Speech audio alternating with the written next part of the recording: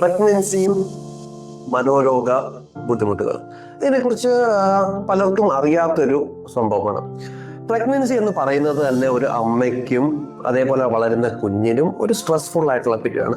Hormonal changes, അതേപോലെ ബോഡിയിൽ ഉണ്ടാവുന്ന ചേഞ്ചസ്, പല തരത്തിലുള്ള ബുദ്ധിമുട്ടുകൾ, ടെൻഷൻ, അതും പ്രത്യേകിച്ച് ഫസ്റ്റ് പ്രഗ്നൻസി ആണെങ്കിൽ നല്ല രീതിക്കുള്ള ഒരു ടെൻഷൻ കാണും. അപ്പോൾ ഈ ഒരു സമയത്ത് നമ്മുടെ തലച്ചോറിൽ പല രീതിയിലുള്ള ചേഞ്ചസും സംഭവിക്കും. അത് ഹോർമോണൽ വ്യത്യാസമായിരിക്കാം, ഇല്ല ഞരമ്പുകളുടെ വ്യത്യാസമായിരിക്കാം. സോ ഈ കാരണങ്ങൾ കൊണ്ട് പലപ്പോഴും പല രീതിയിലുള്ള മാനസികമായിട്ടുള്ള ബുദ്ധിമുട്ടുകളും അമ്മയ്ക്ക് ഉണ്ടാവാറുണ്ട്.